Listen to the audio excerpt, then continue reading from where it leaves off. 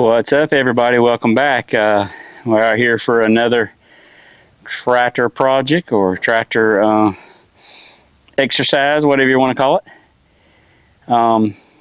Reading a lot of comments and looking at videos and different things over time, it seems to be that one of the most frustrating things or aggravating things is hooking the PTO shaft up to your tractor.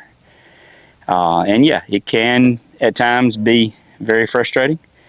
But there's a couple of factors I think that I can show you, like the difference between these two tractors, that can really make it a simple 5-second connection, or it can end up being several minutes of beating, banging, maybe a few words, choice words that you didn't want to say.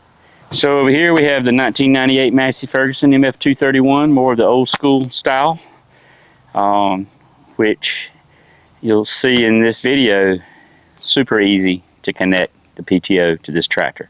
And I'm talking about using the same implements on this tractor versus the Coyote, same exact attachment. Sometimes it can be very difficult over here, super easy over here. So anyway, we'll bring the camera in close and look at some of the differences and talk about some things that you can do on the actual attachments that can make life a little easier on them. Getting those PTO shafts where they work freely and make it easier to connect. So let's take a look. All right, so this is an older Hardy 6-foot brush cutter here, and honestly, I don't think that's the original PTO shaft that came on it. Obviously, you can see it's not got a shield on it. Don't send the safety police after me. I realize that can be dangerous. PTOs are definitely one of the most dangerous things on a tractor. I try to remind myself not to get off the tractor and get back near this thing, with it engaged. But anyway, having said that, a couple of things. Number one, you can see right here on this shaft, it has a grease fitting.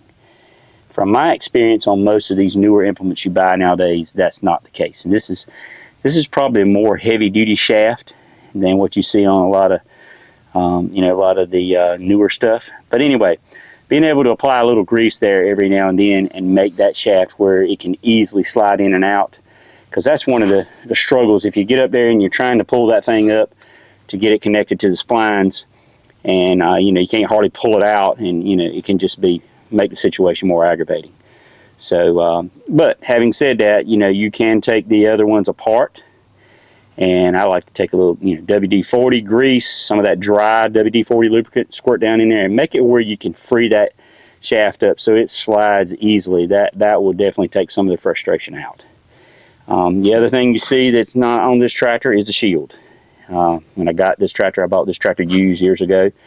It did not have the shield on it. I did not bother getting one and trying to find one to put on it.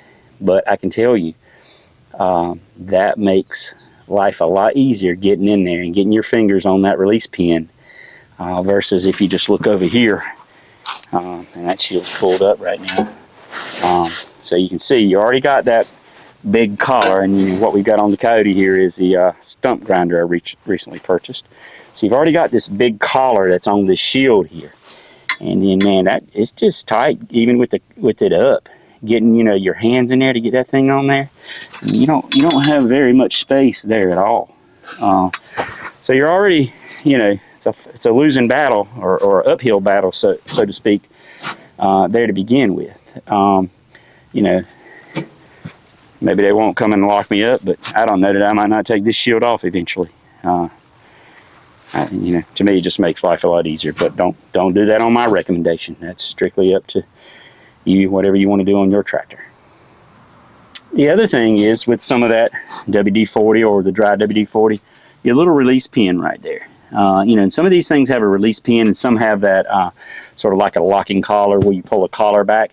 Either case, keep that thing lubricated, because there's nothing more frustrating when you get in there and you're trying to get that thing lined up, and then you can't hardly push that release pin in or pull the collar back.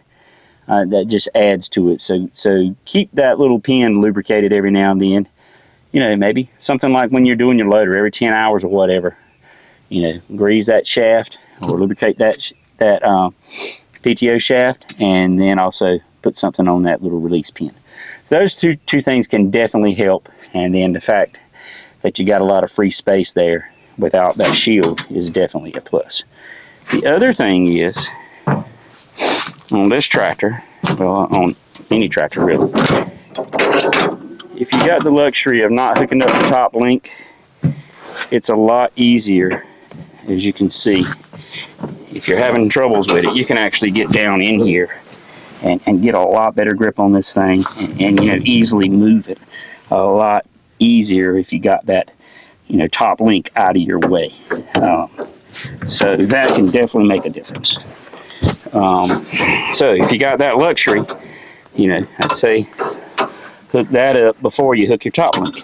Now, obviously, you need to be able to spin this thing here, because the chances of you backing up there and those splines lining up perfectly, slim to none. So, with the PTO,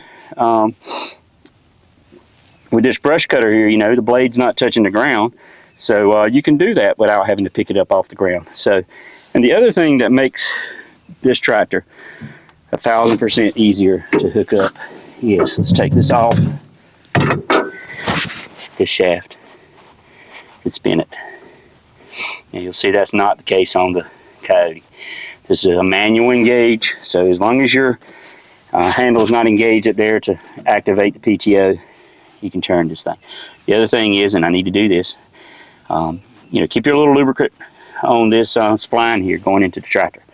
A little grease, a little WD-40, whatever, makes it a whole lot easier. But you can see, so if I'm picking this thing up and sliding it out, now, there you go, just happened to line up. Let's just say it's not lined up, and I can't get it on there, and I'm struggling. You already can't hardly see in here, but let's turn it a little more, and then eventually you get it to where you're lined up, and it goes right on there.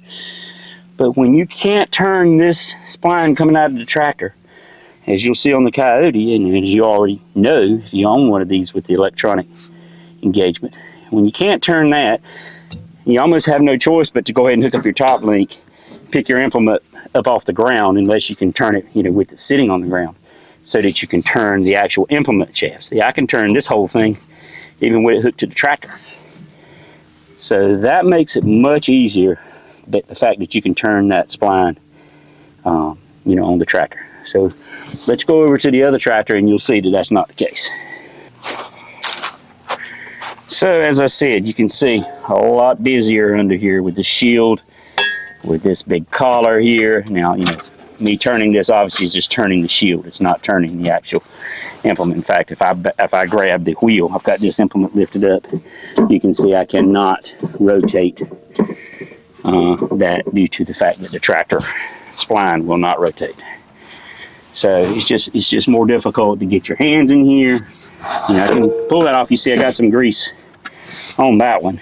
But then, when you go to put it back, if you can't turn that, it's just a lot more difficult, even just getting it back on there.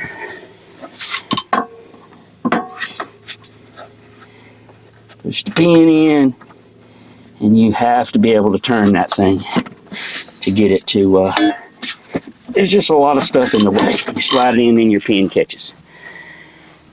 So I'm going to come up with a little idea that, I don't know, may help, may not. I'm going to try it and see what y'all think. And the other thing too, if you've got, I'll show you a couple other implements I've got over under the shelter that, it's super difficult. If you got something like this spud wrench that you can stick in there in the, in the collar of that PTO shaft, if you can't turn it by hand, then you can take the spud wrench or maybe a large adjustable, and you can rotate this enough to where maybe it'll line up. I keep one of those spud wrenches on each tractor. They're very helpful. All right, so what I'm going to try to do, from right here, you can actually see the spline coming out of the tractor, going into the PTO receiver there. I'm going to try to make me a couple of marks right in the center of that spline. The raised part of the spline, you know, coming out of the tractor would be the sunk in part of the spline, you know, in the PTO shaft. So I'm going to make me a few marks, maybe every other one or so.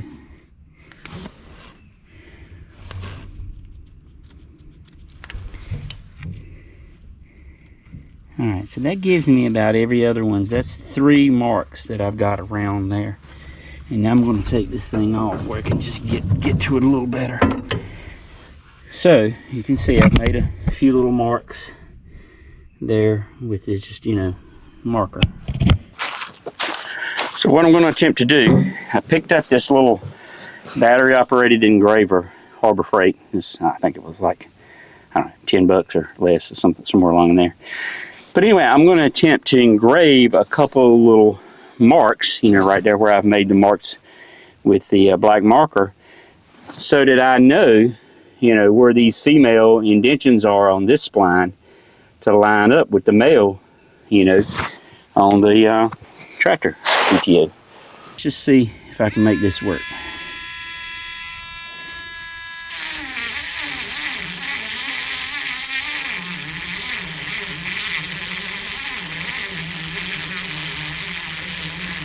Now this would probably be better if you had this thing ain't very powerful, but if you had your, I've got an actual electric one, but I'd have to take the implement, you know, I don't have any power over here, so I'd have to take all the implements up to the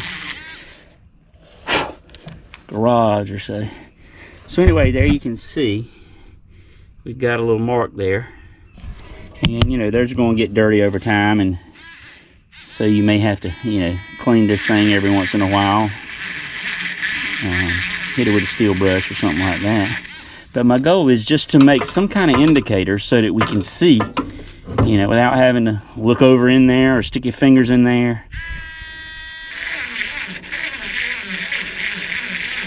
There again, it's not a problem on this tractor. It's mainly on the Coyote and whether or not. I've got, I'll show you in a minute, a sickle bar mower. Man, that thing this is the most difficult one to hook up. So you can see I've got that raised spline to the top. Get one of my marks, which is going to be the, you know, indention on this one. Press our release button. And that goes right on.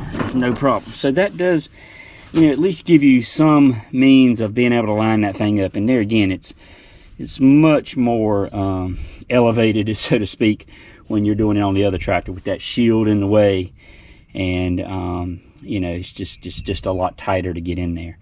But anyway, we'll look at a couple other implements that I think this really would help us out on. Yeah, one other thing I forgot to mention earlier when we were going over this. When you're not using that PTO, put that cover on there, keep that dust and dirt out. Of course, as you can see here, old school Massey metal cover. I don't know if your tractor's like my Coyote, but it's plastic. And it seems like the threads are already getting weak. You know, probably have to end up getting a new one because the threads are just about worn out, screwing it on and off. But anyway, it does help keep that dirt off. Alright, so here we are under the shed where I keep a couple of the other implements I use. I can tell you this guy right here, this Frontier sickle bar mower, which I use, you know, quite a bit mowing around the pond and ditch banks and stuff. The most difficult one that I've, you know, as far as connecting to PTO, it is definitely not the easiest. And I think, you know, one of the things that makes it so difficult, obviously, is I only use it on the Coyote because I don't have rear hydraulics on the Massey. And as we said earlier, you know, you cannot rotate the spline shaft coming out of the back of the tractor. And then this is super difficult to rotate.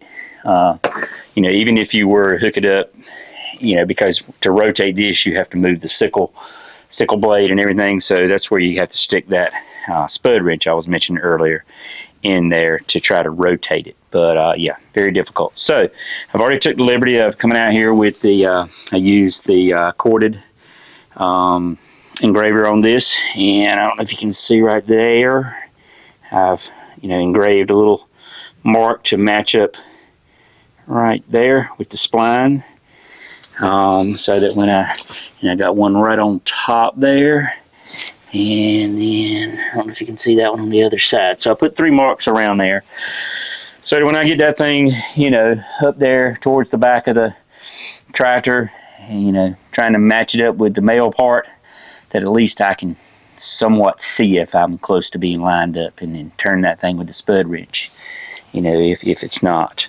Over here is the tiller. Tiller's not so bad. Here again, this is a piece that, once you get it hooked up, you want to lift it off the ground, and then that will allow you to rotate this shaft to, and it's still not the easiest to rotate just because of all the gears and everything.